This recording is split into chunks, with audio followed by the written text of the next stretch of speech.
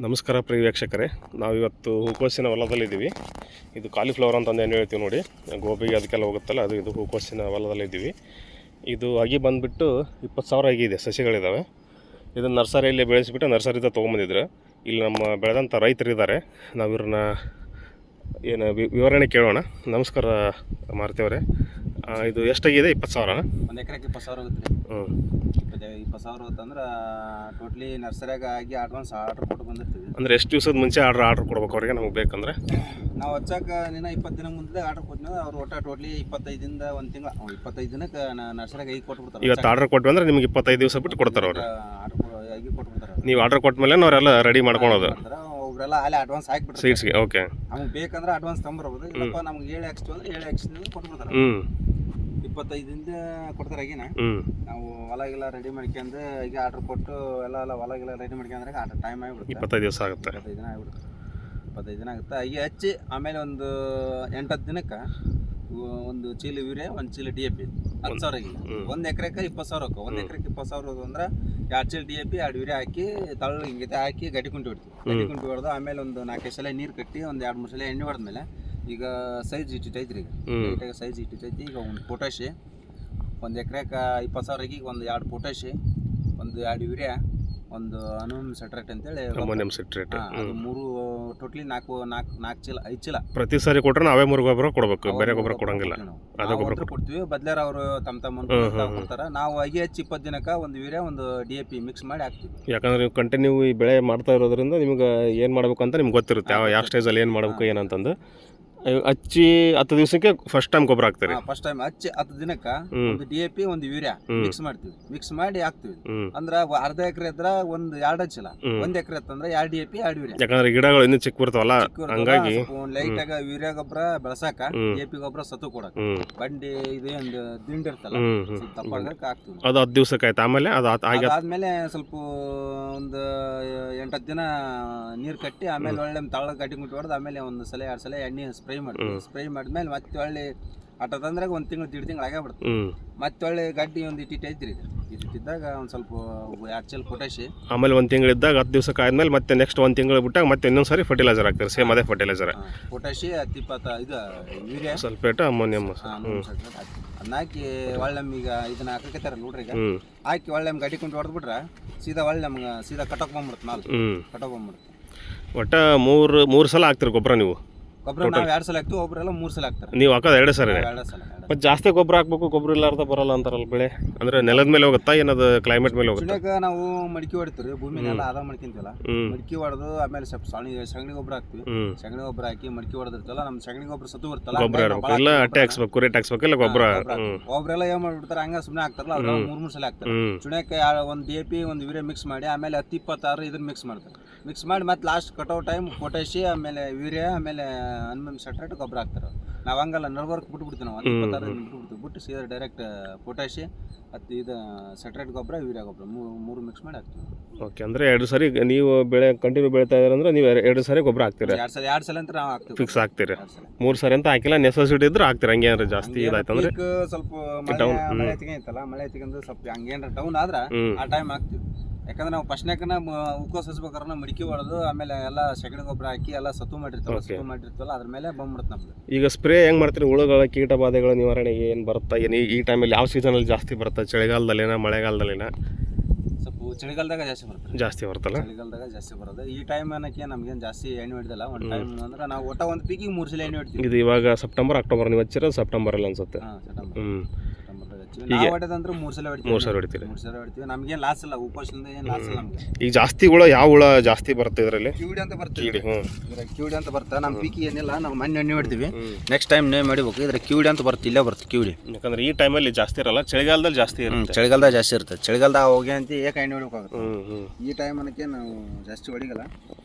ನಾವಂದ್ರೆ ಹಚ್ಚಿ ಒಟ್ಟು ಪೀಕಿ 3 ಸಲ ಹೊಡಿತೀವಿ ಎಣ್ಣೆ. 3 ಸಲ ಹೊಡಿತೀವಿ. ಯಾವುದು ಇದು ಕೊರಾಜನ್ ಅಂತ ಈ ಥರ ಇರುತ್ತಲ್ಲ, ಅದನ್ನೇ ಯಾವುದು ಕೊರೋಜನ್ ಹೊಡಿತೀವಿ. ಆಮೇಲೆ ಇದು ಪ್ರಚಂಡ ಅಂತ ಹೇಳ್ಬೋದು ಹೊಸ್ದಾಗಿ, ಪ್ರಚಂಡ ಅಂತ. ಅದು ಕೆಲವೊಬ್ರಾಗ ನಾನಾ ಥರ ಹೊಡಿತಾರ. ನಾವು ಹೇಳಿದ್ವಲ್ಲ ಹಚ್ಚಿ 20 ದಿನಕ್ಕೆ ಒಂದು 8 ದಿನಕ್ಕೆ ಗೊಬ್ಬರ ಹಾಕ್ತಿವಿ. ಗೊಬ್ಬರ ಹಾಕಿ ಅರಿಗಿದ ಮೇಲೆ ಒಳ್ಳೆ ಸ್ಪ್ರೈ ಕೊಡಕ್ಕೆ ನಾನಾ ಯೂರಿಯಾ ಬರ್ತಾ, ಯೂರಿಯಾನ ಹೊಡಿತೀವಿ.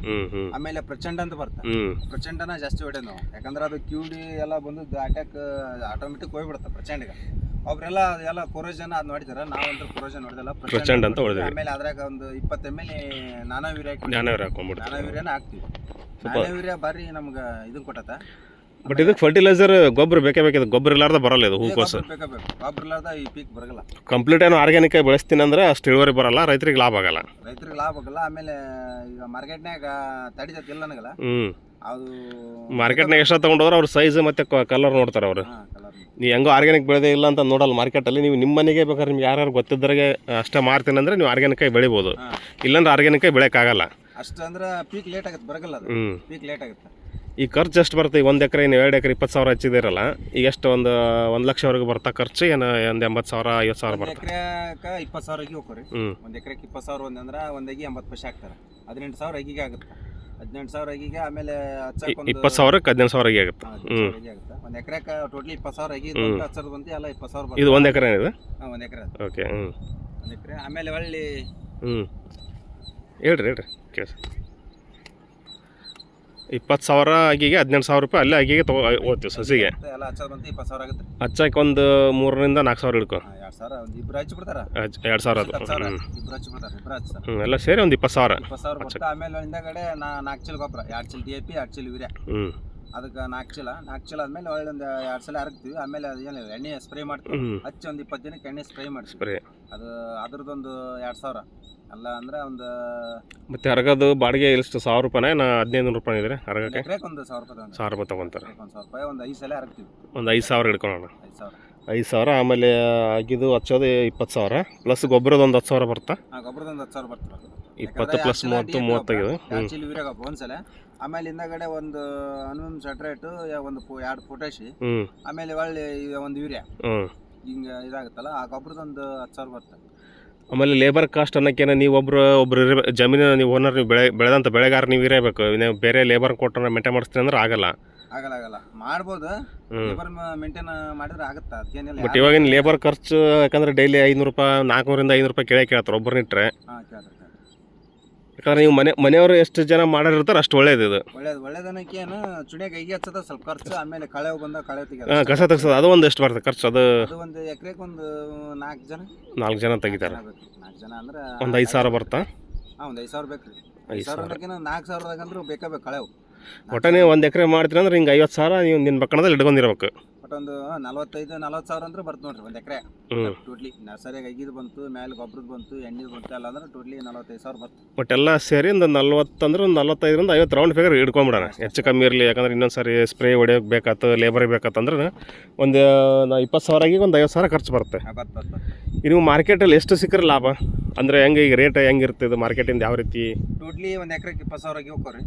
20,000 ಹೋದ್ರೂ ನಮ್ಗೆ ಗಡ್ಡಿಗೆ ಅಂತ ಅಂದ್ರೆ ಮಾರ್ಕೆಟ್ನಾಗ 150 ರೂಪಾಯಿ ಸಿಕ್ಕರೆ ಲಾಸ್ ಇಲ್ಲ ನಮ್ಗೆ. ಒಂದು ಚೀಲಕ್ಕೆ ಈಗ ಒಂದು ಚೀಲಕ್ಕೆ ಎಷ್ಟು ಗಡ್ಡೆ ಹಾಕಿರ್ತೀರಾ? 10 ಗಡ್ಡೆ. 10 ಗಡ್ಡೆ ಹಾಕ್ತಾರೆ. ಯಾಕಂದ್ರೆ ಬೆಂಗಳೂರು ಸರ್ ಎಲ್ಲ 6-8 ಹಾಕಿರ್ತಾರೆ ಅವರು. ಅವ್ರು ಆ ಕಡೆ ಹೋಗೋರು, ನಾವು ಇಲ್ಲೇ ಜಾಸ್ತಿ ಹೋಗೋದು. ಆಮೇಲೆ ಇಲ್ಲಿ ಮೆಟ್ಟಿನ ಮೇಲೆ ಕಟಾವ್ ಮಾಡ್ತಾರೆ. ಮೆಟ್ಟಿ ಮೇಲೆ ಕಟಾವ್ ಮಾಡಿದ್ರೆ ನಮ್ಗೆ ಇಲ್ಲೇ ಮೆಟ್ಟಿನ ಮೇಲೆ 14-15 ರೂಪಾಯಿ ಕಟಾವ್ ಮಾಡಿದ್ರೆ ನಮ್ಗೆ ಮಸ್ತ್ ರೇಟ್. 14-15 ಅಂದ್ರೆ ಕೆಜಿ ಲೆಕ್ಕ, ಗಡ್ಡಿ ಲೆಕ್ಕ, ಪೀಸ್ ಲೆಕ್ಕ ಬರ್ತಾರೆ. ಈ ಕಡೆ ಎಲ್ಲ ಇವರೆಲ್ಲ ಘಟಪ್ರಭಾ, ಈ ಕಡೆ ಎಲ್ಲ ಗುಲ್ಬರ್ಗ ಸೈಡ್ ಇಲ್ಲೇ ಬಂದು ಕಟಾವ್ ಮಾಡಕತ್ತಾರೆ. ಒಂದು ಗಡ್ಡಿಗೆ ಒಂದು ಹೂಕೋಸಿಗೆ 15-15 ರೂಪಾಯಿ ಕಟಾವ್ ಮಾಡ್ಕೊತಾರೆ. ಅದು ಲಾಭ ಆಗುತ್ತೆ ನಿಮಗೆ. ನಮ್ಗೆ ದೊಡ್ಡ ಲಾಭ. ಯಾಕಂದ್ರೆ ಮಾರ್ಕೆಟ್ನಾಗ ಒಂದಂದ್ರೆ 200 ರೂಪಾಯಿ ಲೆವೆಲ್ ಮಾರ್ದಂಗೆ ಆಗುತ್ತೆ. ಇಲ್ಲಿ ಗಡ್ಡಿ ಮೇಲೆ 15 ರೂಪಾಯಿ ಮಾರಿದ್ರೆ ಮಾರ್ಕೆಟ್ನಾಗ 200 ಇಲ್ಲಿ ಕಮಿಷನ್ ಇರಲ್ಲ, ಏನು ಲೇಬರ್ ಚಾರ್ಜ್ ಇರಲ್ಲ, ಏನಿರಲ್ಲ. ಅವರೇ ಕಟ್ ಮಾಡ್ಕೊಂಡು ಹೋಗ್ತಾರೆ, ನೀವು ಕಟ್ ಮಾಡಿ ಕೊಡ್ಬೇಕು. ಎಲ್ಲ ಅವರೇ ಕಟ್ ಮಾಡ್ಕೊಂಡು ಹೋಗ್ತಾರೆ. A to Z ಜಸ್ಟ್ ನೀವೇನು ಎಷ್ಟು ಗಡ್ಡೆ ಅಂತ ಎಣಿಸಿ ಕಟ್ ಮಾಡಿಂದ ಎಷ್ಟು ಗಡ್ಡೆ ಅಂತ ಎಣಿಸಿ ಬಿಡೋದು ಅಷ್ಟೇ. ಅದು ಲಾಭ ಆಗುತ್ತೆ ರೈತರಿಗೆ. ಈಗ ನೀವೇ ತಗೊಂಡು ಮಾರ್ಕೆಟ್ಗೆ ಹೋಗ್ತೀನಿ ಅಂದರೆ ನಾವು ತಗೊಂಡು ಮಾರ್ಕೆಟ್ಗೆ ಹೋಗ್ಕೊಂಡ್ರೆ ಮಾರ್ಕೆಟ್ಗೆ ಹೇಳಕ್ ಬರಲ್ಲ. ಅಲ್ಲಿ ಒಂದು ಟೈಮ್ ಮಾಲ್ ಇಲ್ಲ ಅಂದ್ರೆ 250 ಆಗುತ್ತೆ. ಅಂದರೆ ಒಂದು ಸಾರಿ ಕಟ್ ಮಾಡಿದ್ರೆ ಎಷ್ಟು ಕಟ್ ಮಾಡ್ತೀರಾ? ಅಂದರೆ ನಿಮ್ಮ ಗಾಡಿ ಯಾಕಂದರೆ ಟಾಟಾ ಎಸಿ ಆಯ್ತು, ನೀವು ಬೊಲೆರೋದಲ್ಲಿ ಯಾವ ಗಾಡಿ ಪ್ರಿಫರ್ ಮಾಡ್ತೀರಿ ಟ್ರಾನ್ಸ್ಪೋರ್ಟಿಗೆ? ಅಂದರೆ ಜಾಸ್ತಿ ಟ್ರಾನ್ಸ್ಪೋರ್ಟಿಗೆ ಅಂದರೆ ಜಾಸ್ತಿ ನಾವು ನೋಡ್ತೀವಿ ಮಾರ್ಕೆಟಿಗೆ ಕೇಳ್ತೀವಿ. ಇಲ್ಲೇ ಲೋಕಲ್ ಇದ್ರೆ ಒಂದು 60 ಕಿಲೋ, ಒಂದು 100 ಪ್ಯಾಕೆಟ್ ತಗೊಂಡು ಸಣ್ಣ ಟಾಟಾ ಎಸಿಗೆ 100 ಪ್ಯಾಕೆಟ್ ಅಂದ್ರೆ ಒಂದು ಚೀಲಕ್ಕೆ 10 ಗಡ್ಡೆ ಇರುತ್ತೆ. 10 ಗಡ್ಡೆ 100 ಪೀಸ್, ಇದು 1000 ಪೀಸ್. 1000 ಪೀಸ್. ನಮ್ಗೆ ನೋಡ್ರಿ ಮಾರ್ಕೆಟ್ನಾಗ 120 ರೂಪಾಯಿ ಮಾರಿದ್ರೆ ಲಾಸ್ ಇಲ್ಲ. ಒಂದು ಚೀಲಕ್ಕೆ 120 ರೂಪಾಯಿ ಮಾರಿದ್ರೆ ನಮ್ಗೆ ಲಾಸ್ ಇಲ್ಲ. ಯಾಕಂದ್ರೆ 1 ಎಕರೆಗೆ 20,000 ಹೆಚ್ಚಲ್ಲ. 20,000 ಹೆಚ್ಚಿದ್ರೂ ನಾವು 1,200-1,300 ಪ್ಯಾಕೆಟ್ ಕಟ್ತೀವಿ. 1,200-1,300 ಪ್ಯಾಕೆಟ್ 1 ಎಕರೆಗೆ. ಒಂದು ಎಕರೆಗೆ 20,000 ಈಗ 1200-1300 ಗಡ್ಡಿ ಕಡಿದ್ರು ನಮ್ಮ ಲೆಕ್ಕ ಒಂದು ಸಾರಿ ಕಡಿದ್ರೆ 1200 1300 1500 1300 ಗಡ್ಡಿ ಕಡಿತೀರಿ ಒಂದು ಸಾರಿ ಕಡಿದ್ರೆ. ಟೋಟ್ಲಿ ರೌಂಡ್ ಫಿಗರ್ ಹೊಲ ಎಲ್ಲ ಬೈಲಾಗಬೇಕಾದ್ರೆ 1200 ಪ್ಯಾಕೆಟ್ ಬೇಕು ನಮ್ಗೆ. ಅಷ್ಟಂದ್ರೆ ಅದಾಗತ್ತೆ ಮಾಲ್ 12,000 ಅಂದ್ರೆ ಚೀಲಿ ಲೆಕ್ಕಕ್ಕೆ ಒಂದು ಚೀಲಕ್ಕೆ 10 ಪೀಸ್, ಒಂದು ಚೀಲಕ್ಕೆ ಒಂದು. ಓಕೆ, ಅಂದರೆ ನೀವು 1500 ಪ್ಯಾಕೆಟ್ ಕಡಿತೀರಿ. ಗಡ್ಡೆ ಎಲ್ಲ ನಾನು ಅನ್ಕೊಂಡೆ, ಕನ್ಫ್ಯೂಸ್ ಆದೆ ನಾನು.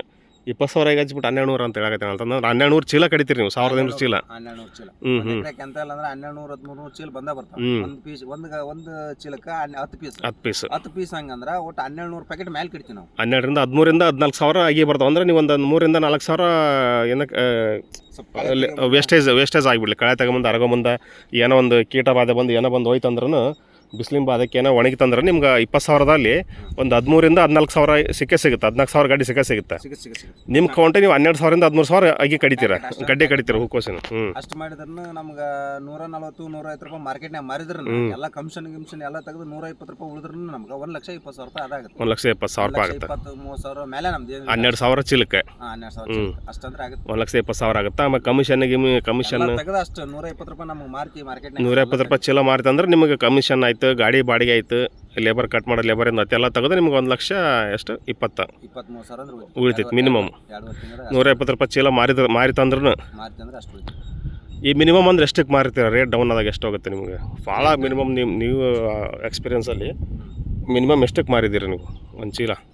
ಒಂದು ಚೀಲ 100 ರೂಪಾಯಿ ಇಡ್ತಂದು 250-300 ರೂಪಾಯಿ ತನಕ ಮಾರಿ ನಾವು. ಮತ್ತು ಒಂದೊಂದು ಸಾರಿ 50 ರೂಪಾಯಿ 60 ರೂಪಾಯಿ ಆಯ್ತು ಅಂತ ಹೇಳ್ತಾರಲ್ಲ, ಅದು ಕರೆನಾ ಸುಳ್ಳ? ನಿಜ. ಕಸ್ಟಮರ್ ಜಾಸ್ತಿ ಆಗಿಬಿಟ್ರು ಮಾರ್ಕೆಟ್, ಮಾಲ್ ಮಾರಲ್ಲ ಅಂತ ಹೊತ್ನಾಗ ಲಾಸ್ ಹಾಕಿರ್ತಾವ. ಅಷ್ಟು 50-60 ರೂಪಾಯಿ ಮಾರಿದಾರ? 50-60 ರೂಪಾಯಿ ಮಾರಿದ್ರೆ ನಮ್ಗೆ ಲಾಸ್ ಇಲ್ಲ, ಅದು ಖರ್ಚು ಬಂದ್ಬಿಡುತ್ತೆ. ಅದು ಖರ್ಚು ತೆಗಿತೈತಿ, ಲಾಭ ಆಗಲ್ಲ, ಪ್ರಾಫಿಟ್ ಸಿಗಲ್ಲ, ಖರ್ಚು ಬರುತ್ತೆ. ಬಟ್ ಅಷ್ಟು ಡೌನ್ಗೆ ಹೋಗೈತೆ ಮಾರ್ಕೆಟ್ ರೇಟ್, ಅಷ್ಟು ಹೋಗೈತೆ. ಆಮೇಲೆ 50-60 ರೂಪಾಯಿ ಚೀಲನೂ ಹೋಗೈತೆ. 300 ರೂಪಾಯಿ ಚೀಲನೂ ನಾವು ಮಾರೀವಿ, 50-60 ರೂಪಾಯಿ ಚೀಲನೂ ನಾವು ಮಾರೀವಿ. ಬೇರೆ ಹೈ ಲೆವೆಲ್ ನೋಡಿದ್ರೆ ಲೋ ಲೆವೆಲ್ ನೋಡ್ರಿ 300 ರೂಪಾಯಿವರೆಗೆ ಮಾರ್ಯಾರ, ನೀವೇ ಮಾರೀರ? ನಾವು 300 ರೂಪಾಯಿ ಮಾರ್ಕೆಟ್ನಾಗ ನಾವು ಮಾರ್ಕೊಂಬಂದ್ವಿ. 300 ರೂಪಾಯಿ ಚೀಲ ನಾವು ಮಾರ್ಕೊಂಬಂದ್ವಿ. 300 ರೂಪಾಯಿ ಮಾರ್ತಿ ಅಂದ್ರೆ ದೊಡ್ಡ ಲಾಭ ಮತ್ತೆ ಅದ್ರಂತ ಲಾಭ ಯಾರಿಲ್ಲ. 300 ರೂಪಾಯಿ ಅಂದ್ರೆ ದೊಡ್ಡ ಎಷ್ಟು ಅದು. ಈಗೇನಿಲ್ಲ ಮಿಟ್ಟಿ ಮೇಲೆ ಕಟಾವು ಮಾಡಕತ್ರಿ. ಈ 300 ರೂಪಾಯಿ ಕೊಟ್ರೆ ನೀವು 13,000 ರೂಪಾಯಿ ಅಂದ್ರೆ 13,000 ಚೀಲಕ್ಕೆ ಅಂದ್ರೆ ಒಂದು 2.5-3 ಲಕ್ಷ ಆಗುತ್ತೆ. ಅಷ್ಟು ಆರಾಮ. ನೀವು 50,000 ಖರ್ಚು ತೆಗೆದ್ರೆ ನಿಮ್ಗೆ 1.5-2 ಲಕ್ಷ ಆರಾಮಾಗಿ ಉಳಿತೈತೆ ನಿನಗೆ. 300 ರೂಪಾಯಿ ಚೀಲ ಸಿಕ್ತಂದ್ರೆ 1 ಎಕರೆದಲ್ಲಿ. 200 ರೂಪಾಯಿ ಚೀಲ ಮಾರಿದ್ರೆ ಲಾಸ್ ಇಲ್ಲ. 200 ರೂಪಾಯಿ ಚೀಲ ಮಾರಿದ್ರೆ ನಿಮ್ಗೆ 1.5-2 ಲಕ್ಷ, 1 ಲಕ್ಷ ಮೇಲಂತ ಲಾಭ ಉಳಿತೈತೆ. 1.5 ಲಕ್ಷ ಉಳಿತೈತಿ. 50,000 ರೂಪಾಯಿ ಖರ್ಚು ತೆಗೆದ್ರೆ 1.5 ಲಕ್ಷ ಅಂದ್ರೆ ಆರಾಮ ಉಳಿತೈತೆ. ಬಟ್ ನೀರು ನಿವಾರಣೆ ಹೆಂಗೆ ಮಾಡ್ತೀರಾ? ನೀರು ಮಾಡ್ಕೊಂಡಿದ್ರೆ ಡ್ರಿಪ್ ಏನು ನಮ್ಮ ಸೈಡ್ ಯಾರು ಮಾಡಿಲ್ಲ. ನಾವು ನೋಡ್ರಿ ಹರಿನೀರು ಜಾಸ್ತಿ, ಕರಂಜ್ ಜಾಸ್ತಿ, ಹರಿನೀರು ಜಾಸ್ತಿ. ಯಾಕಂದ್ರೆ ನೀರು ಕಂಟಿನ್ಯೂ ಇರಬೇಕಾಗತ್ತೆ ಅದಕ್ಕೆ. ನೀರು ಸುಗ್ಗಿದಿಂದಾಗ ಏನು ಭಾಳ ತಗಂಗಿಲ್ಲ, ಬೇಸಿಗೆದಿಂದ ಭಾಳ ತಗೊಂಡು. ಬೇಸಿಗೆದಿಂದ ಬಿಸಿಲು ಬರುತ್ತಲ್ಲ, ಆಟೋಮೆಟಿಕ್ 4 ದಿವಸಕ್ಕೊಮ್ಮೆ ನೀರು ಬೇಕು. 4 ದಿವಸಕ್ಕೊಮ್ಮೆ ನೀರು ಬಿಡಲೇಬೇಕು. ನೀರು ಬೇಕೇ ಬೇಕು. ಯಾಕಂದ್ರೆ ಹರಿನೀರು ಸಾಲು ಮಾಡಿದ್ರೆ ಅಂದ್ರೆ ನೋಡಿದ್ರಿ, ಅದು ಹರಿನೀರೇ ಜಾಸ್ತಿ ಅನ್ಸತ್ತಿಲ್ಲ ನಮ್ಮ ಸೈಡೆಲ್ಲ. ನಾವು ಉತ್ತರ ಕರ್ನಾಟಕ ಭಾಗದಲ್ಲಿ ಹರಿನೀರು ಜಾಸ್ತಿ. ಈ ಚೆಂಡು ಏನು ರೋಗ ಬರಬಾರ್ದು ಅಂತ ಹಾಕಿದ್ದೀರಾ? ಹಿಂಗೆ ಚೆಂಡು ಬರಬಾರ್ದು ಹಾಕಿ. ಆಮೇಲೆ ನೆಕ್ಸ್ಟ್ ಈಗ ಮಂತ್ ದೀಪಾವಳಿಗೆ ಮನೆಗೆ ಅಲ್ಲೊಂದು ಇಲ್ಲೊಂದು ಏನೋ ಒಂದು ಇಂಟರ್ ಕ್ರಾಪ್ ಥರ ಮನೆಗೆ ಆಗುತ್ತೆ, ಇದಕ್ಕಾಗುತ್ತೆ ಅಂತ ರೋಗ ಬಾಧೆನೇ ಕಂಟ್ರೋಲ್ ಆಗುತ್ತೆ.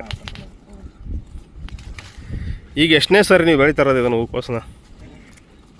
ಇದು ಒಂದೇ ಹೊಲಕ್ಕೆ 3 ಸಲ ನಾವು ಮೇಲೆ. ಓಕೆ, ಒಂದೇ ಹೊಲಕ್ಕೆ 3 ಸಲ, ಒಂದೇ ವರ್ಷದಾಗ 3 ಸಲ ತಗೊಂಡ್ವಿ. ಒಂದೇ ವರ್ಷದಲ್ಲಿ ಮೂರು ಬೆಳೆ ತಗೋಬೋದು. ಇದೇ ಹೊಲದಾಗ ತಗೊಂಡಿವಿ.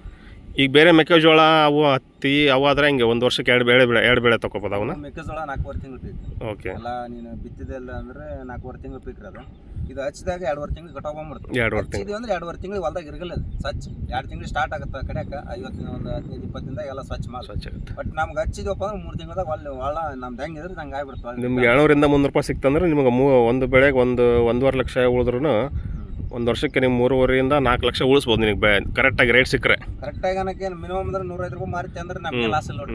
150 ರೂಪಾಯಿ ಮಾರ್ತಿ ಮಾರ್ಕೆಟ್ನಾಗ ಅಂದ್ರೆ ಇದ್ರಂತ ಅವಕಾಶ ಅಂತದ್ದು ಯಾವುದಲ್ಲ ಬೆಸ್ಟ್. ಒಂದು 150 ರೂಪಾಯಿ ಮಾರ್ತಿ ಅಂದ್ರೆ ನಿಮಗೆ 1 ಲಕ್ಷ ಆಗುತ್ತಾ ಲಾಭ ಉಳಿತೈತೆ. ಅಷ್ಟು 150 ರೂಪಾಯಿ ಮಾರ್ತಿ ಅಂದ್ರೆ 1300 ಪ್ಯಾಕೆಟ್ ನಾವು ಕಡೆ 20,000 1300 ಪ್ಯಾಕೆಟ್ ಬರ್ತಾ. 150 ರೂಪಾಯಿ ಮಾರ್ತಿ ಅಂದ್ರೆ ಮತ್ತೆ ಅದ್ರ ಮೇಲೆ ಲೆಕ್ಕ ಇರ್ತಲ್ಲ, ಅಷ್ಟು ಆರಾಮಾಗಿಬಿಡುತ್ತೆ.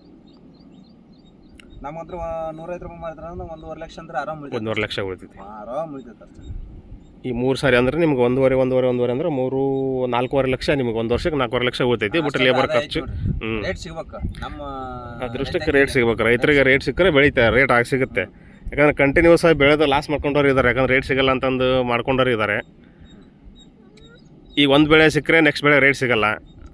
ಹಾಗಾರೆ ರೈತಾಕಿ ದಂಧೆದಾಗ ಸಿಗದ ನಮ್ಗೇನು ಲಾಸ್ ಏನಾಗಿಲ್ಲ ಈಗ, ಯಾಕಂದ್ರೆ ನಾವು 2 ವರ್ಷ 3 ವರ್ಷ ರೈತಾಕಿ ಇದಲ್ಲ, ನಮ್ಗೇನು ಲಾಸ್ ಇಲ್ಲ. ಆಮೇಲೆ ಒಬ್ಬೊಬ್ರೆಲ್ಲ ಲಾಸಿಗೆ ಒಂಥರ ಇದೆಷ್ಟು ಒಂದು 3 ವರ್ಷದಿಂದ ಬೆಳ್ಕೊಂಬರಾಕತ್ತೀರ? 3 ವರ್ಷ ಆಯ್ತು ಕಂಟಿನ್ಯೂ, 3 ವರ್ಷ ಆಯ್ತು. ಹಿಂದಾಗ ಪೀಕ್ ಇರುತ್ತೆ. ಈಗ ಇದನ್ನ ಕಟಾವ್ ಮಾಡಕತ್ತಲ್ಲ, ಮತ್ತೆ ಈಗ ನೆಕ್ಸ್ಟ್ ಆ ಕಡೆ ಒಳಗೆ ರೆಡಿ ಮಾಡ್ತಿದ್ದಾರೆ. ಆ ಕಡೆ ಅಲ್ಲಿ ಕಾಣ್ತಿದೆಲ್ಲ ಅಲ್ಲಿ ಅಲ್ಲಿ ಅಲ್ಲೇ 20,000 ಹಚ್ಕೋಬೇಕು. ಓಕೆ, ಒಟ್ಟು ಒಂದು ಆದ ತಕ್ಷಣ ಒಂದು ಕಂಟಿನ್ಯೂಸ್ ಆಗಿ ಇರಬೇಕು. ಒಂದ್ರಲ್ಲಿ ರೇಟ್ ಸಿಗಲ್ಲ ಅಂದ್ರೆ ಇನ್ನೊಂದ್ರಲ್ಲಿ ರೇಟ್ ಸಿಗುತ್ತೆ. ಈಗ ರೈತರು ಏನು ಮಾಡ್ತಾರೆ, ಒಂದು ಸರಿ ಹಾಕ್ತಾರೆ, 2 ಸರಿ ಹಾಕ್ತಾರೆ, ರೇಟ್ ಸಿಗಲ್ಲ ಬಿಡು ಲಾಸ್ ಆಯ್ತು ಅಂತ ಬಿಟ್ಬಿಡ್ತಾರೆ. ಕಂಟಿನ್ಯೂ ಪ್ರಯತ್ನ ಮಾಡಲ್ಲ. ಅದೇನಾಗುತ್ತೆ, ಒಂದ್ಸಲ ಹಾಕ್ತಾರೆ ರೈತರು ಹೊಸದಾಗಿ, ಒಂದ್ಸಲ ಹಾಕ್ತಾರೆ, ಮೇಂಟೆನ್ಸ್ ಎಲ್ಲ ಕೇಳ್ತಾರೆ. ಇಲ್ಲೇ ನಮ್ಮ ಹೊಲಗಳ ಹಾಕ್ಯಾರ, ಒಂದ್ಸಲ ಹಾಕ್ತಾರೆ, ಹಾಕಿದ್ಗೆಲ್ಲ ರೇಟ್ ಸಿಗಲ್ಲ ಅಂತ ಕೈ ಬಿಟ್ಬಿಡ್ತಾರೆ. ಅವ್ರು ಅವಾಗೆಲ್ಲ ಲಾಸ್ ಆದ್ರೆ ಕೈ ಬಿಡ್ಕೊಂಡ್ಬಿಡ್ತಾರೆ. ನಾವೇನು ಮಾಡ್ತೀವಿ, ಒಳ್ಳೆ ಇದು ಲಾಸ್ ಆತಂತೇಳಿ ನಾವೇ ತಲೆಕಿಶನ್ ಹೋಗಲ್ಲ, ನೆಕ್ಸ್ಟ್ ಕಂಟಿನ್ಯೂ ಇರುತ್ತೆ. ಇದ್ರ ಲಾಭ ಅದ್ರ ತಕೊಂಡ್ಬಿಡ್ತೀವಿ. ಈಗ ಅವ್ರು ಒಂದ್ಸರಿ ಎದುರು ಕೈ ಬಿಟ್ಬಿಡ್ತಾರೆ, ಆಮೇಲೆ ಲಾಸ್ ಆಯ್ತು ಬಿಡು ಅಂತಂದು ಹೇಳ್ತಾರೆ. ಯಾಕಂದ್ರೆ ಇದ್ರ ಲಾಸ್ನೂ ಇರುತ್ತೆ, ಲಾಭನೂ ಇರುತ್ತೆ. ಬಟ್ ನಿಮಗೆ ನಿರೀಕ್ಷೆ ಮೀರಿ ನಮ್ಗೆ ಲಾಭ ಸಿಗಬೇಕಂದ್ರೆ 200ರಿಂದ 250 ರೂಪಾಯಿ ಒಂದು ಚೀಲಕ್ಕೆ ಸಿಗ್ಬೇಕು, 10 ಗಂಟೆ ಚೀಲ. ಅಷ್ಟು ಅದಕ್ಕೆ ಲಾಭ ಅತಿ ಲಾಭ 250 ರೂಪಾಯಿ. ಒಬ್ಬರು ಆರಾಮಾಗಿ ಮೇಂಟೈನ್ ಮಾಡ್ಕೊಂಡು ಹೋಗ್ಬೋದು. ನೀರು ಆಯಿತು ಇದನ್ನಾಯ್ತು, ಒಬ್ಬರು ಹೊಲ ಬಂದಿದ್ರೆ ಸಾಕಾಗುತ್ತದೆ. ಸಾಕು, ಒಬ್ಬರೊಬ್ಬರ ಸಾಕ್ರಿ. ಏನು 1 ಎಕರೆ ಹೊಲಕ್ಕೆ 1 ದಿನಕ್ಕೆ ಆರಾಮ್ ಮುಗಿಸ್ಬಿಡ್ತಾರೆ. ನೀರು ಕಟ್ಟಿಗೆ ಹೋದ್ರೆ 4 ದಿನ ಏನು ಕೆಲಸ ಒಳ್ಳೆ. ನೋಡಿ ವೀಕ್ಷಕರೇ, ಇದು ನಮ್ಮ ಕರ್ನಾಟಕ ಉತ್ತರ ಕರ್ನಾಟಕ ಭಾಗದಲ್ಲಿರುವಂಥ ಕೊಪ್ಪಳ ಜಿಲ್ಲೆಯ ಮುರುಡಿ ಗ್ರಾಮ ಇದು. ಇಲ್ಲಿ ಕರೆಕ್ಟಾಗಿ ಮೇಂಟೈನ್ ಮಾಡಿರತಕ್ಕಂಥ ರೈತರಿಂದ ನಾವು ವಿವರಣೆಯನ್ನು ಪಡೆದಿದ್ದೇವೆ. ಕೊಪ್ಪಳ ಜಿಲ್ಲೆ ಮುರುಡಿ ಗ್ರಾಮ ವೀಕ್ಷಕರೇ ಇದು. ನೋಡಿ ಕಸ ಅಂತ ಒಂದು ಕಸ ಇಲ್ಲ ಇದರಲ್ಲಿ. ಕಳೆ ತೆಗ್ಸಿದ್ದೀರಾ? ಎಷ್ಟು ಸಾರಿ ತೆಗ್ಸಿದ್ದೀರಾ ಕಳೆನ? ಒಂದು ಸಾರಿ ತೆಗ್ಸಿದ್ದೀರಾ? ಯಾಕಂದರೆ ಮಸಾರಿ ಭಾಗದಲ್ಲಿ ಕಳೆ ಸಿಕ್ಕಾಪಟ್ಟೆ ಬರುತ್ತೆ, ಹೆಚ್ಚಿನ ಕಸ ಬರೋದ್ರಿಂದ ಅದಕ್ಕೆ ಅರ್ಧ ದುಡ್ಡು ಹೋಗಿಬಿಡುತ್ತೆ ವೀಕ್ಷಕರೇ. ಇಂಥದ್ರಲ್ಲಿ ಕಸ ನೋಡಿ ಎಷ್ಟು ನೀಟಾಗಿದೆ ನೋಡಿ. ಇದು ಒಂದು ಕಡ್ಡಿ ಕಸನೂ ಕೂಡ ಸಿಗಲ್ಲ ನಮಗೆ ಇದರಲ್ಲಿ. ನೋಡಿರಿ ಇಷ್ಟು ನೀಟಿದ್ರೆ ಏನೂ ರೋಗನೂ ಬರಲ್ಲ. ಆಮೇಲೆ ಇದು ಯಾವುದೂ ಜಾಸ್ತಿ ಕಸ ಬರಗಲ್ರಿ, ಯಾಕಂದ್ರೆ ಗಡ್ಡೆ ಕುಂಟಿ ಹೊಡ್ತೀವಲ್ಲ. ಗಡ್ಡೆ ಕುಂಟೆ ಅಂತಂದು ಎತ್ತಿಂದ ಕಟ್ಟಿ ನಾವು ಬೋಧ ಮಾಡಿಬಿಡ್ತೀವಿ ವೀಕ್ಷಕರ ನಡುಕೆ. ಅದರಿಂದ ಕಸ ಮುಚ್ಕೊಂಡು ಹೋಗ್ಬಿಡುತ್ತೆ ಸೈಡಿಗೆ ಇದ್ದು. ಈ ಥರ ಇದೆ ನೋಡಿ ವೀಕ್ಷಕರ. ಇದು 2 ತಿಂಗಳ ಬೆಳೆ ಇದು. ಈ ಕಡೆಯಿಂದ ನೀರು ಮೊನ್ನೆ ಬಿಟ್ಟಿದ್ದಾನೆ, ಒಂದು 5 ದಿವಸ ಆಯಿತು. ಮತ್ತೆ ನೀರು ಬಿಡ್ತಾರೆ.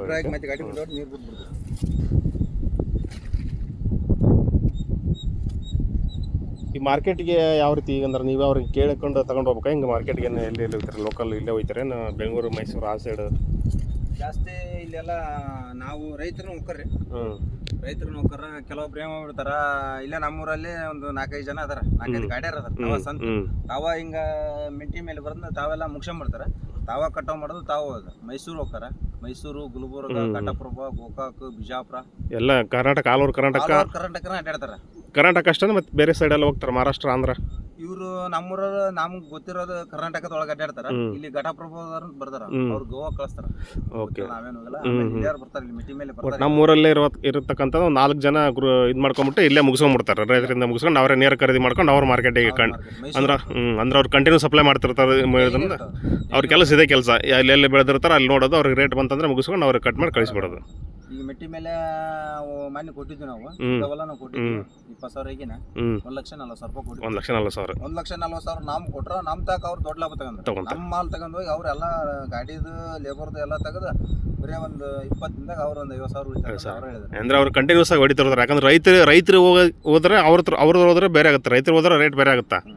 ಅಂದ್ರೆ ಯಾಕಂದ್ರೆ ರೇಟ್ ಇದ್ದಾಗ ಇರ್ಲಾರ್ದಾಗ ಕಂಟಿನ್ಯೂ ಸಪ್ಲೈ ಮಾಡ್ತಿರ್ತಾರೆ ಅವರು. ಅವ್ರ ಅಂಗಡಿಗೆ ಡೈಲಿ ಮಾಲ್ ಕೊಡ್ತಿರ್ತಾರೆ. ರೇಟ್ ಬಿದ್ದಾಗನ ಮಾಲ್ ಕೊಟ್ಟಿರ್ತಾರೆ, ರೇಟ್ ಇದ್ದಾಗನ ಮಾಲ್ ಕೊಡ್ತಾರೆ. ರೇಟ್ ಇದ್ದಾಗ ಅವ್ರು 1-2 ಡಬಲ್ ತಗೊಂಡ್ಬಿಡ್ತಾರೆ. ರೇಟ್ ಬಿದ್ದಾಗ ಏನಂತೆ ಅವ್ರು ಲೇಬರ್ದು ಗಾಡಿ ಬಾಡಿಗೆ ತಕ್ಕಂತ ಸುಮ್ಮನೆ ಆರಾಮ್ ಇರ್ತಾರೆ ಅಷ್ಟೇ. ಜಾಸ್ತಿ ಆಲ್ಮೋಸ್ಟ್ ಲಾಸ್ ಆಗೋದು ಕಮ್ಮಿ ಅವರು. ಯಾಕಂದ್ರೆ ವ್ಯಾಪಾರಿಗಳಿಂದ ಡೈರೆಕ್ಟ್ ಆಗಿ ಅವ್ರು ಕಾಂಟ್ಯಾಕ್ಟ್ ಇರೋದ್ರಿಂದ ಕಂಟಿನ್ಯೂಸ್ ಆಗಿ ಮಾಲ್ ಸಪ್ಲೈ ಮಾಡ್ತಿರ್ತಾರೆ ಅವರು. ಹಂಗಾಗಿ ಅವ್ರಿಗೆ ಅಷ್ಟು ಹೊಡೆತ ಬೀಳಲ್ಲ, ರೈತರಿಗೆ ಬೀಳುತ್ತೆ. ಈಗ ನಮ್ಮಲ್ಲಿ ಒಬ್ರೆಲ್ಲ ರೈತರಿಗೆ ಬಾಡಿಗೆ ತಗೊಂಡು ಹೋಗಾರ, ಮೈಸೂರು ಹೋಗಾರ. ಮೈಸೂರು ಅಂದ್ರೂ ಅಲ್ಲಿ 35 ರೂಪಾಯಿ ಕೆಜಿ ಲೆಕ್ಕ ಅಂತ. ನಾವು ಹೋಗಿಲ್ಲ ಕೆಜಿ ಲೆಕ್ಕ ಅಂತ. ಕೆಜಿ ಲೆಕ್ಕ ಅಂದ್ರೆ ಒಂದು ಏನ್ರ ಒಂದು 200 ಪ್ಯಾಕೆಟ್ ಹೋದ್ರ ಅಂದ್ರೆ ಅವ್ರಿಗೆ ಅಲ್ಲಿ ಬರೇ ಇವ್ರಿಗೆ ಏನು ಕೊಡ್ತಾರಲ್ಲ, 2 ಟ್ರಿಪ್ನಾಗ ಅವ್ರು ರೊಕ್ಕ ಬಂತ. ನಮ್ಗಂತೂ ಅಷ್ಟು ಹೋಗಿಲ್ಲ. ಬಟ್ ಮೈಸೂರು ಅಂದ್ರೆ ನಮ್ಗೆ ಇಲ್ಲಿದ್ದ ಒಂದು 450-500 ಕಿಲೋಮೀಟರ್ ಆಗುತ್ತೆ.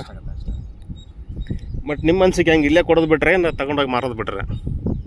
ರೈತರು ಇಲ್ಲೇ ಮೆಟ್ಟಿನ ಮೇಲೆ ನಮ್ಮ ಹೊಲದಲ್ಲಿ ಬಂದು ಇಲ್ಲೇ ನೇರ ಖರೀದಿ ಕೊಡೋದು ಬಿಟ್ರೆ ಏನು ಹೆಂಗೆ ಅನ್ಸುತ್ತೆ ನಮಗೆ? ನೋಡ್ರಿ ಸ್ವಲ್ಪ ಆಲ್ಮೋಸ್ಟ್ ಅಲ್ಲಿ ಹೋಗಿ ಮಾರ್ಕೆಟ್ಗೆ ಹೋಗಿ ಲಾಭ ತಗೊಳೋದು ಒಳ್ಳೇದು. ಯಾಕಂದ್ರೆ ರೈತರು ಕಷ್ಟಪಟ್ಟಿರ್ತೀವಿ ಅಂದಮೇಲೆ ಮಾರ್ಕೆಟ್ಗೆ ಹೋಗಿ ನಾವು ಹೋಗಿ ಗಾಡಿ ಗೀಟ್ ಆಗುತ್ತಾ ನಮ್ಗೆ ಗೀಟ್ ಆಗುತ್ತಾ ಅಂತ ಅಲ್ಲಿವೇ ತಗೊಂಬರೋದು ಬೆಸ್ಟ್.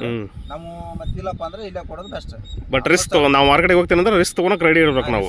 ಆಮೇಲೆ ರೊಕ್ಕ ಪಟ್ಟಿ ಇಸ್ಕೊಂಬರ್ಬೇಕು. ಪಟ್ಟಿ ಒಂದಿನ 2 ದಿನ ಲೇಟ್ ಯಾಕಂದ್ರೆ ಅಲ್ಲಿ ಕಮಿಷನ್ ಯಾಕಂದ್ರೆ ಎಲ್ಲರೂ ಸ್ವಲ್ಪ ಮಾಲ್ ಮಾರ್ಕೆಟಿಗೆ ಜಾಸ್ತಿ ಬಂದ್ಬಿಡುತ್ತೆ ಅಂದ್ರೆ ರೇಟ್ ಡೌನ್ ಆಗೋ ಚಾನ್ಸಸ್ ಇರುತ್ತೆ. ಹಂಗಿರುತ್ತೆ. ಯಾಕಂದ್ರೆ ಇಲ್ಲಿ ಫೋನಲ್ಲಿ ಹೇಳಿದಾಗ ಅವರು 200 ರೂಪಾಯಿ ಚೀಲ ಹಾಕಿ ಕೊಡ್ತೀನಿ ಬರ್ರಿ ಅಂತ ಹೇಳ್ತಾರೆ, ಅಲ್ಲಿ ಹೋದ್ಮೇಲೆ 150 ರೂಪಾಯಿ ಕೊಡ್ತಾರೆ. ಅದನ್ನು ನೋಡಿದ್ದೀವಿ ನಾವು.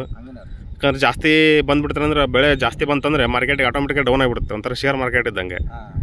ಮಾಲ್ ಮಾರ್ಕೆಟ್ನಾಗ ಇಲ್ಲಪ್ಪ ಅಂದ್ರೆ ಈ ಸದ್ಯಕ್ಕೇನು ಮಾಲ್ ಈಗ ನನಗೆ ಬೇಕು ನಿನಗೆ ಬೇಕು ಅಂತ ಕೇಳ್ತಾರೆ.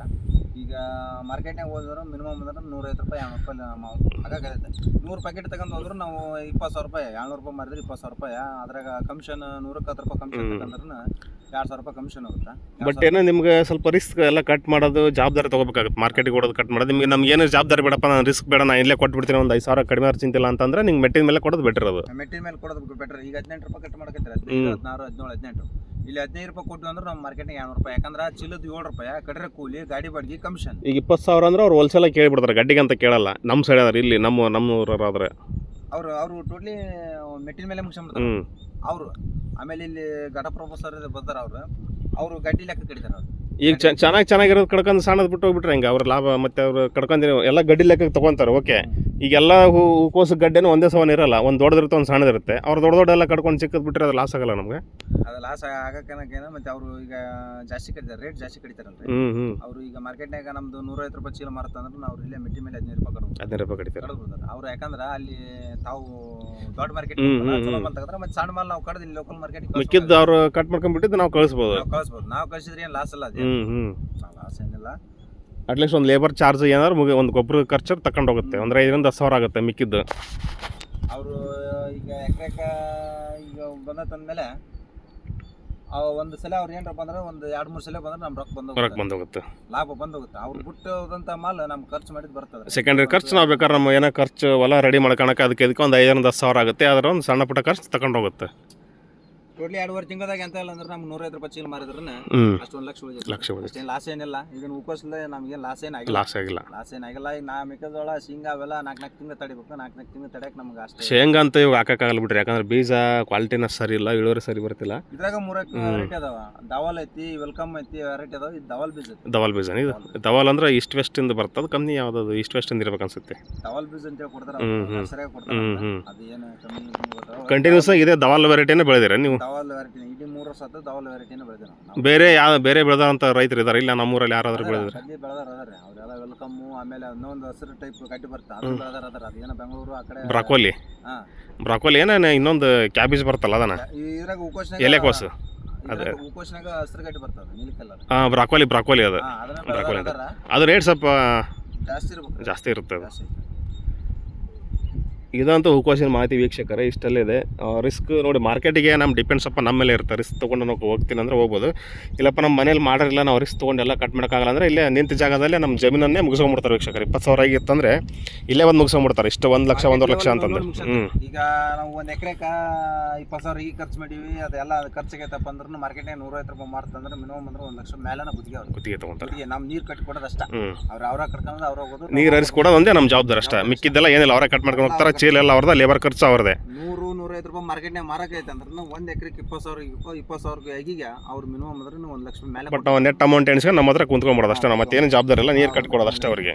ಇಲ್ಲಪ್ಪ ಬೇಡಪ್ಪ ಮಾರ್ಕೆಟ್ಗೆ ಹೋಗ್ಬೇಕು ಅಂದ್ರೆ ನಾವು ಮಾರ್ಕೆಟ್ಗೆ ಹೋಗ್ಬೋದು. ಒಂದಿನ ಮಾರ್ಕೆಟ್ನಾಗ 200 ರೂಪಾಯಿ ಆಗುತ್ತಾ, ಒಂದಿನ 150 ರೂಪಾಯಿ ಆಗುತ್ತಾ ಮಾರ್ಕೆಟ್ನಾಗ. ಅದು 200 ರೂಪಾಯಿ ಅಂತಂದ್ರೆ ಅದು 1.5 ಲಕ್ಷ ಮೇಲೆ ಆಗಿಬಿಡುತ್ತೆ. ನಮ್ಮ ಖರ್ಚಿಗೆ ಚೆಲ್ಲ ತೆಗೆದು. ಓಕೆ, ಬಟ್ ಇವಾಗ ರೈತರಿಗೆ ಏನು ಒಂದು ಹೊರೆ ಅಂದರೆ ಯಾವ ಟೈಮ್ಗೆ ಹಚ್ಚೋದು ಅನ್ನೋದೊಂದೇ. ಅದನ್ನು ನೋಡ್ಕೊಂಡು ನಾವು ಟೈಮಿಂಗ್ ಇದನ್ನು ನೋಡ್ಕೊಂಡು ಹಚ್ಬೇಕಷ್ಟೇ. ರೇಟ್ ಯಾವಾಗ ಹೇಳುತ್ತೆ ಬೀಳುತ್ತೆ ಅಂತ ಹೇಳೋಕ್ಕಾಗಲ್ಲ. ಅದು ಮೂಮೆಂಟ್ ಹೇಳೋಕ್ಕಾಗಲ್ಲ. ಅದು ಯಾವಾಗ ಇರುತ್ತೆ ಯಾವಾಗ ಬರುತ್ತೆ. ಬಟ್ ನಾವಂದ್ರೆ ಈಗ ಇಡೀ 3 ವರ್ಷ ಆಯ್ತಲ್ಲ ಕಂಟಿನ್ಯೂಸ್ ಆಗಿ ಇರೋದ್ರಿಂದ ನಿಮ್ಗೆ ಏನು ಲಾಸ್ ಕಂಡು ಬಂದಿಲ್ಲ. ಯಾಕಂದರೆ ಈಗ 1 ಸರಿ 2 ಸರಿ 1 ಬೆಳೆ 2 ಬೆಳೆ ಮಾಡ್ಕೊಂಡು ಬೇರೆ ಬೆಳೆ ಮಾಡೋಂಥ ರೈತರು ಇರ್ತಾರಲ್ಲ, ಅವ್ರಿಗೆ ಸ್ವಲ್ಪ ಲಾಸ್ ಆಗುತ್ತೆ. ಯಾಕಂದರೆ ಅವ್ರಿಗೆ ಗೊತ್ತಿಲ್ಲ, ಮಾಹಿತಿ ಗೊತ್ತಾಗಲ್ಲ. ಆಮೇಲೆ ಯಾವಾಗ ಹಚ್ಬೇಕು ಯಾವಾಗ ತೆಗಿಬೇಕಂತ ಗೊತ್ತಾಗಲ್ಲ. ಕಂಟಿನ್ಯೂಸ್ ಆಗಿ ಒಂದು ಟ್ರ್ಯಾಕ್ ಇದ್ದರೆ ಅವರಿಗೆ ಒಂದು ಐಡಿಯಾ ಬರುತ್ತೆ ಅಂತ ಹೇಳೋಕ್ಕೆ ಇಷ್ಟಪಡ್ತೀನಿ ನಾನು ಅಷ್ಟೇ. ಓಕೆ ವೀಕ್ಷಕರೇ, ನಮಸ್ಕಾರ. ಇವತ್ತು ನಾವು ಹೂಕೋಸಿನ ಮಾಹಿತಿ ಏನು ಪಡೆದಿದ್ದೇವೆ. ಮಾರುತಿ ಅಂತಂದು ಇವರು ನಮ್ಮ ಬ್ರದರ್ ಮಾರುತಿ ಚಾಕ್ರಿ ಅಂತಂದು 3 ವರ್ಷದಿಂದ ಸತತವಾಗಿ ಹೂಕೋಸಿನ ಬೆಳೆಯನ್ನು ಬೆಳೀತಿದ್ದಾರೆ. ನಮ್ಮದು ಬಂದುಬಿಟ್ಟು ಕರ್ನಾಟಕ ರಾಜ್ಯ ಕೊಪ್ಪಳ ಜಿಲ್ಲೆ ಮುರುಡಿ ಗ್ರಾಮ ಅಂತ ವೀಕ್ಷಕರೇ, ಉತ್ತರ ಕರ್ನಾಟಕ ಭಾಗ ನಮ್ಮದು. ವಿಡಿಯೋ ಇಷ್ಟ ಆದರೆ ಶೇರ್ ಮಾಡಿ, ಸಬ್ಸ್ಕ್ರೈಬ್ ಮಾಡಿ, ಲೈಕ್ ಮಾಡಿ ವೀಕ್ಷಕರೇ. ಧನ್ಯವಾದಗಳು ಮಾರುತಿಯವರೇ.